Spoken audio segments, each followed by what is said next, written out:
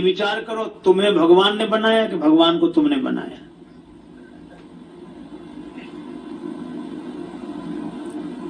वो आदमी सोचने लगा कि हम तो भगवान की पूजा के लिए जा रहे, कहां से तर्क करने वाला रास्ते में मिल गया ये। तो उसने कहा कि भैया तुम बताओ क्या करें हम तो मंदिर में दिया रखने जा रहे हैं, पूर्वजों से हमारे सब पितर यही करते आए हैं। तो वो क्या बोला, इतने दिनों से गलती चली आई तो क्या सही मान ली जाएगी? इसका अर्थ तुम भी गलत, तुम्हारी पीढ़ियां भी गलत। उस व्यक्ति ने कहा तो हम क्या करें ये बताओ। वो बोला विचार करो, ये दिए में ज्योति कहां से आई? अब है विचित्र बात की नहीं? उस व्यक्ति ने सोचा कि अगर हम कह दें कि माचिस की तीली से आई तो ये पूछेगा कि तीली में कहां से आई।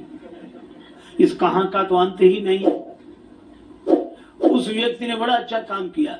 जैसे उसने पूछा कि दिए में ज्योति कहां से आई, उसने फूंक मार कर दिया ही बुझा दिया। जैसे ही दिया बुझाया तो उस व्यक्ति ने कहा कि तुमने दिया क्यों बुझा दिया? तो यह व्यक्ति बोला कि अब तुम ही बताओ दिए की ज्योति कहां गई?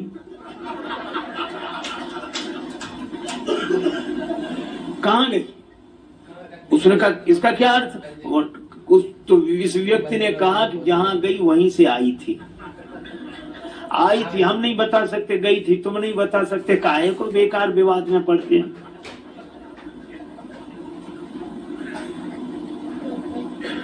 अच्छा, इस तर्क से कुछ हल भी नहीं होता, कुछ हाथ भी नहीं लगता। तर्क से आप कुछ भी सिद्ध कर दो। महाभारतकार कहते हैं तर्को अप्रतिष्ठा। इस तर्क की कोई प्रतिष्ठा नहीं है।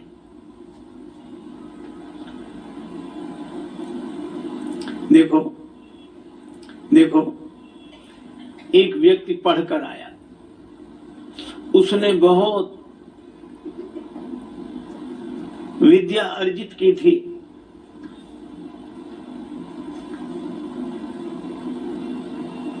माँ ने कहा कि बेटा तू अभी अभी लौटा है,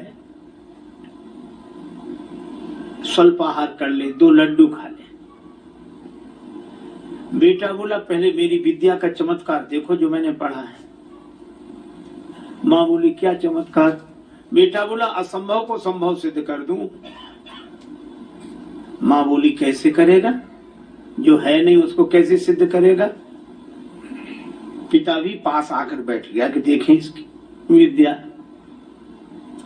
बेटा बोला कि लड्डू कितने रखे हैं? माँ बोली 2। बेटा बोला 3। का कैसे? बोले अभी सिद्ध कर देता हूं। का गिनो। माँ ने गिनना शुरू किया, 1 लड्डू में 1, दूसरे लड्डू पर उंगली रखी 2। बेटा बोला 2 और 1 3। अब माँ इधर से भी गिने 1, बेटा कहे ठीक 2, बेटा तुरंत कहे 2 और 1 3। गणित का सिद्धांत, जहां 2 और 1 वहां 3 तो होते ही हैं। अब माँ ने कहा कि बेटा मैं सिद्ध भले ही ना कर पाऊं पर लड्डू तो 2 हैं। बेटा बोला सिद्ध करो तो मानो, लड्डू तो 3 हैं। उसका पिता बैठा था पास में, और पिता भी तो उसी का पिता था। उसने कहा कि बेटा तुम्हारी माँ बिना पढ़ी लिखी है, समझती नहीं है, पर मुझे साफ साफ दिखाई दे रहे लड्डू